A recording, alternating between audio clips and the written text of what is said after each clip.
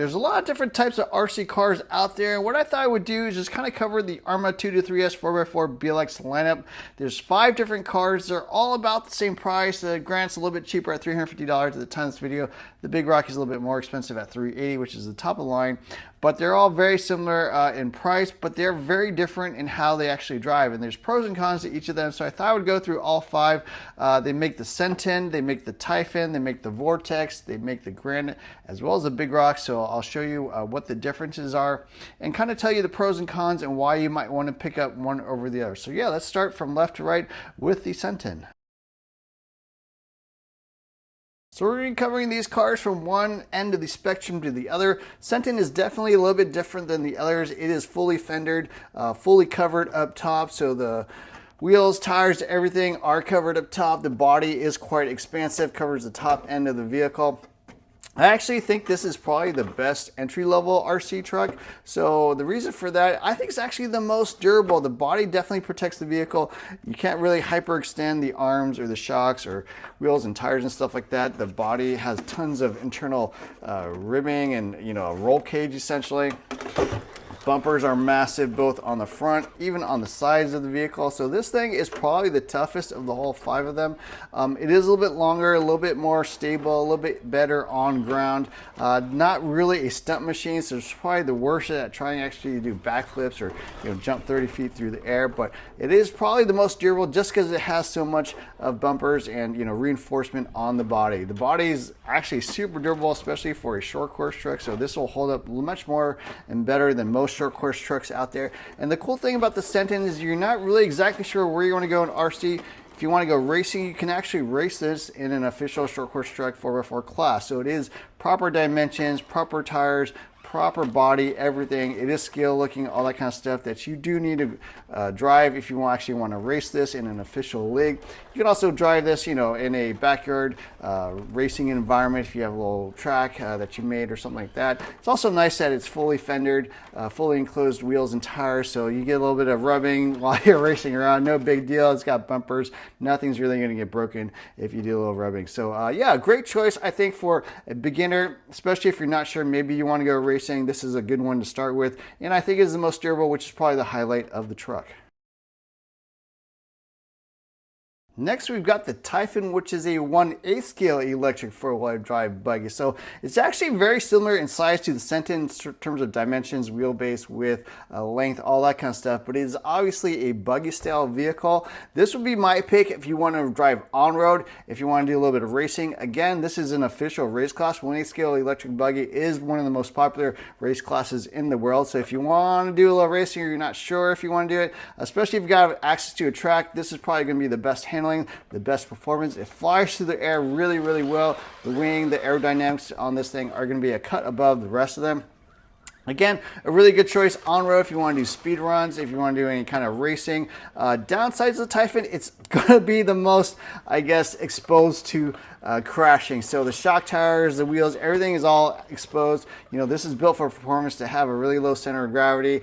So if you crash into something, yeah, it's probably the most likely to break something just because you don't have any sort of bumper or anything like that. But if you're more on the performance side, especially if you have pretty good driving skills, this is going to be the most rewarding drive. This is one of my favorite RC cars in the lineup just because it handles so well. It is versatile. Another great thing about this line of vehicle is that you have a huge array of options in terms of tires. So 1/8 scale electric buggies are going to have every type of tire that you can imagine: on-road, foam, high-speed tires, bashing tires, racing tires. There's going to be a million different race tires. You're going to take this to the track. So you can definitely get the most performance out of this with the proper tires. And I think it's a great choice, you know, especially if you want more handling performance. Obviously, it looks the fastest, and it's going to just drive the best overall.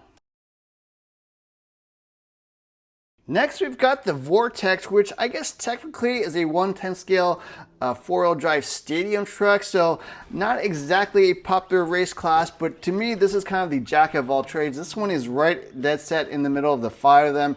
If you're not really sure what type of RC car you want to get, this is going to be the most versatile in my opinion. You can drive it on road. You know, it's got decent sized tires, but they're not massive like the Granite over here on the side. So you can drive it on road. It's not going to flip as much. You can do tricks. You can do backflips with the Vorteks. So pretty durable. It is a little bit of a stunt machine, not quite as crazy as the Granite, but it does have the short wheelbase, reasonably sized tires. A little bit lower to the ground than the Granite again, but not as low as the Typhon or even the Senton. So this is slightly raised up, so able to handle a little bit more rough terrain.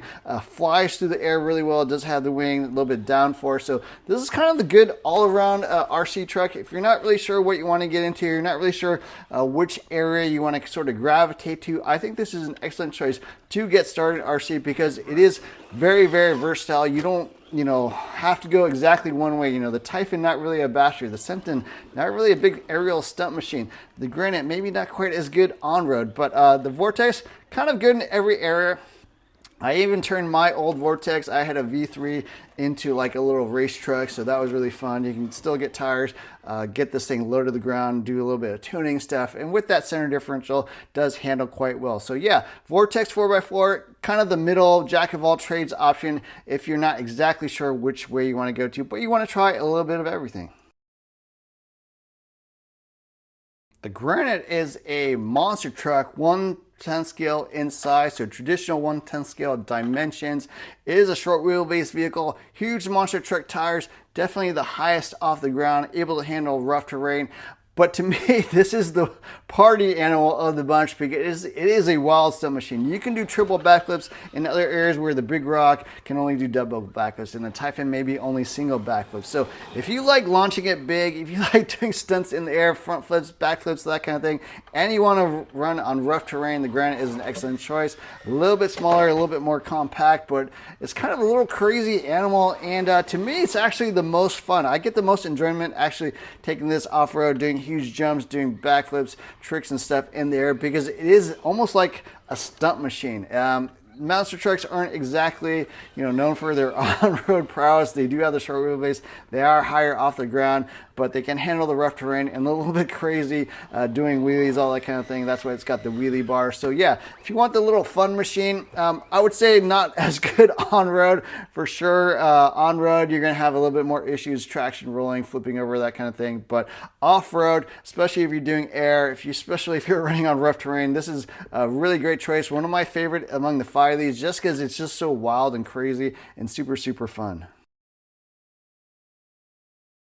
That brings us to the Big Rock Crew Cab, which to me is almost like the calmer, bigger, more mature version of the Granite. If the Granite was the little brother, the Big Rock's going to be the big brother. It is definitely longer, it is definitely wider. The tires are not quite as crazy, they don't balloon it quite as much. You can do tricks in the air for sure. You can launch this thing, do stunts and stuff like that, but it's not going to be quite as crazy as the Granite. It's a little bit more controllable, a little bit more calm, but still able to hand that rough terrain. Now it is also very long. It's got the long chassis, it's got the wide arms, so this thing is going to be a little bit better on ground than the Granite because it is a little bit more stable, a little bit easier to drive. So all around, I think this is just kind of like something good for somebody that wants something that can drive pretty much in any type of condition. It's going to be decent on road, it's going to be decent in the air, it's going to be decent off road, it's going to be decent as a stunt truck. Just kind of a bigger, more stable version of something maybe even like the Vorteks a little bit, but it is higher off the ground, a little bit more of an off-road machine, whereas the Vorteks is lower to the ground, a little bit better handler, whereas this is a little bit just going to be more stable and calmer overall. So the Big Rock is a good all-around vehicle. Certainly having that bigger size makes it almost closer to like an 8th scale than these other vehicles. The rest of them are more like 10th scale because they're a little bit smaller, but this is the biggest, widest, all that kind of stuff, and a little bit more stable. The body is also a little bit more realistic, so if you're into like sort of that Ford F-150 look, very, very durable body, a lot of reinforcement, but it is a little bit heavier and a little bit more calmer on the ground. So yeah, there's a quick look at the 5 Arrma 223S 4x4 BLXs out there. They're all a little bit different. They do have pros and cons, a little bit more advantages in certain types of driving, certain types of terrain over others. So yeah, I think all of them make a great choice. One quick note as well, I know some people have been commenting about having low voltage cutoff issues.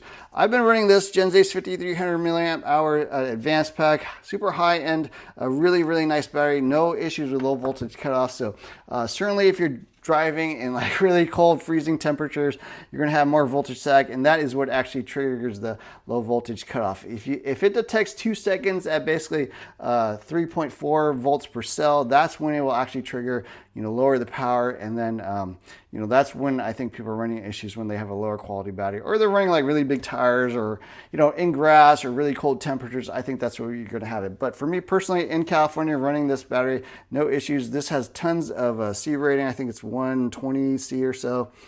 So yeah, very high quality 3S pack, 100C there. So yeah, no issues with that. The other great thing about these vehicles is you can bind them up to any sort of Spectrum radio. So if you got a DX5 Pro like this, you can take advantage of that, use a single radio for all of them like I do. Or if you got the IXSR or DX6C or something like that, they all do support SLT protocol now. So you don't have to worry about, having to use 5 different radios for 5 different cars.